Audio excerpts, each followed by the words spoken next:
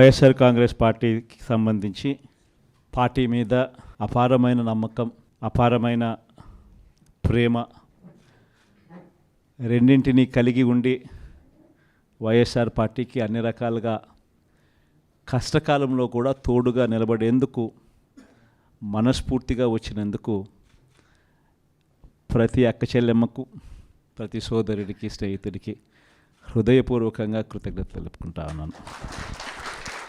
ఈరోజు రాష్ట్రంలో జరుగుతూ ఉన్న పరిస్థితులన్నీ కూడా మీకు అందరికీ కూడా తెలియని కావు. రాష్ట్రంలో జరుగుతూ ఉన్న దారుణమైన పరిస్థితులు ఎలాగున్నాయి అంటే ఇంతకుముందు ఎప్పుడు జరగల. అసలు మనం అధికారంలో ఉన్నప్పుడు ఏ రోజు ఎంకరేజ్ చేయాల. ఎన్నికలు అయ్యేదాకా మాత్రమే రాజకీయాలు, ఎన్నికలు అయిపోయిన తర్వాత మనకు ఓటు వేయని వారు కూడా మనవారే అన్నట్టుగానే ప్రతి అడుగు కూడా మనం అలాగే వేసాం.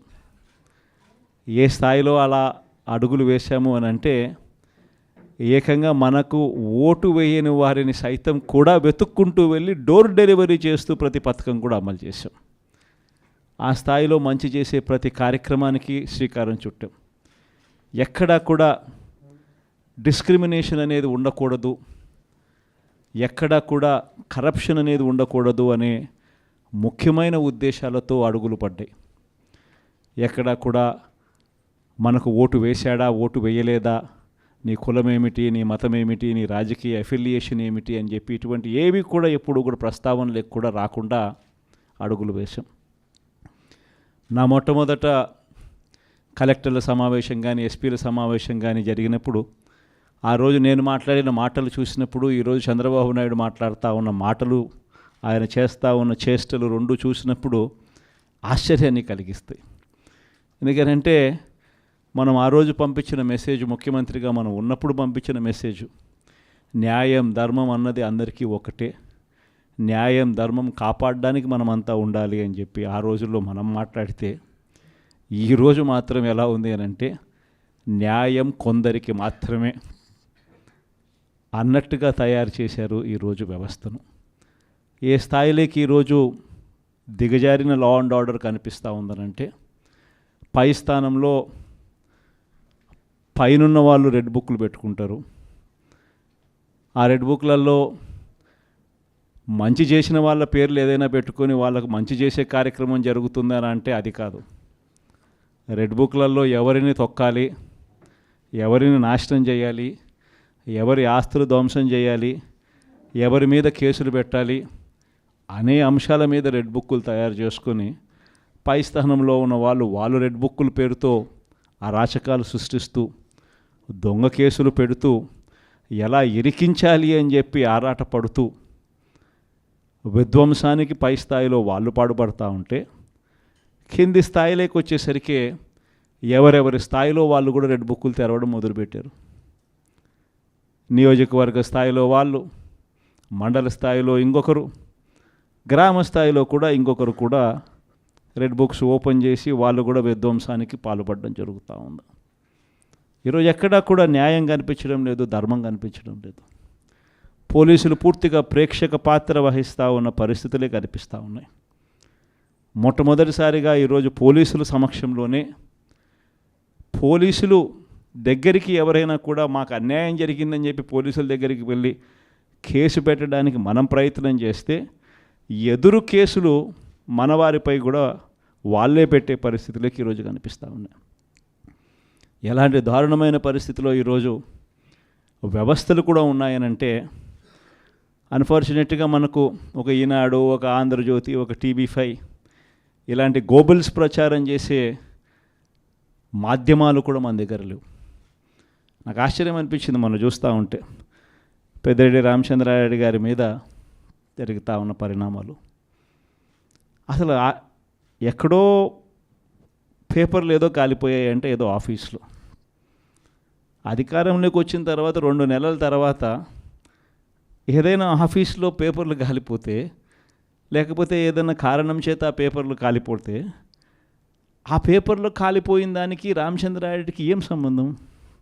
ఎవరు అధికారంలో ఉన్నారు, ఎవరు గవర్నమెంట్లో ఉన్నారు? అందులో ఒక చోట పేపర్లు కాలిపోతే కింద ఆఫీసులలో పేపర్లు దొరుకుతాయి, పైన కలెక్టర్ల ఆఫీసులలోనూ పేపర్లు దొరుకుతాయి, ఆర్డీఓ ఆఫీసులలో పేపర్లో కాలిపోతాయి, ఎంఆర్ఓ ఆఫీసులలో పేపర్లు దొరుకుతాయి, ఎంఆర్ఓ ఆఫీస్లో దొరుకుతాయి, పైన కలెక్టర్ల ఆఫీస్లో దొరుకుతాయి, పైన అంతకన్నా పైన హెచ్ఓడి ఆఫీసులలో కూడా దొరుకుతాయి. ప్రతిదీ కూడా డిజిటైజ్డ్ అయిపోయిన పరిస్థితులు కనిపిస్తూ ఉన్నప్పుడు హార్డ్ డిస్క్లు లేవా, సర్వర్లలో ఉండవా? వీళ్ళే ఏదో చేస్తారు, దొంగ కేసు మళ్ళీ వాళ్ళ మీద పెట్టి మన వాళ్ళకి అంటించే కార్యక్రమం చేస్తూ ఉన్నారు.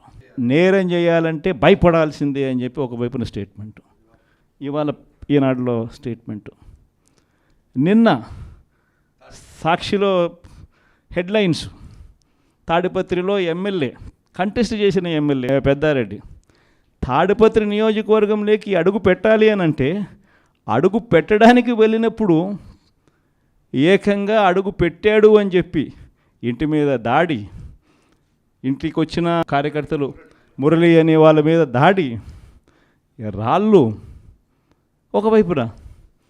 ఈయన స్టేట్మెంట్ ఈరోజు నేరం చేయాలంటే భయపడాలి. మరి ఒకవైపున కాంట్రడిక్షన్, ఒకవైపున భయాందోళన ఆయన క్రియేట్ చేస్తూ ఉన్నాడు, మరోవైపున స్టేట్మెంట్లు ఆపోజిట్గా ప్రజలను మభ్యపెట్టే స్టేట్మెంట్ను మళ్ళీ ఈనాడు క్యారీ చేస్తుంది.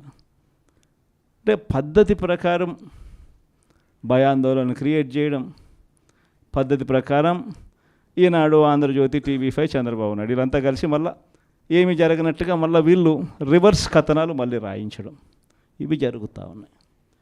ఇలాంటి పరిస్థితుల్లో నిజంగా ప్రతి కార్యకర్తకు కూడా, ప్రతి నియోజకవర్గంలో కూడా ఈరోజు మీ అవసరం చాలా ఉంది. ఎందుకనంటే కోర్టుల దృష్టికి, న్యాయస్థానాల దృష్టికైనా కూడా ఏదైనా మనం తీసుకొని పోవాలి అని అంటే ఇనిషియేటింగ్ ఎక్కడో ఒకసారి జరగాలి. కాబట్టి మీ అందరితో కూడా నేను ఒకటి చెప్తా ఉన్నా,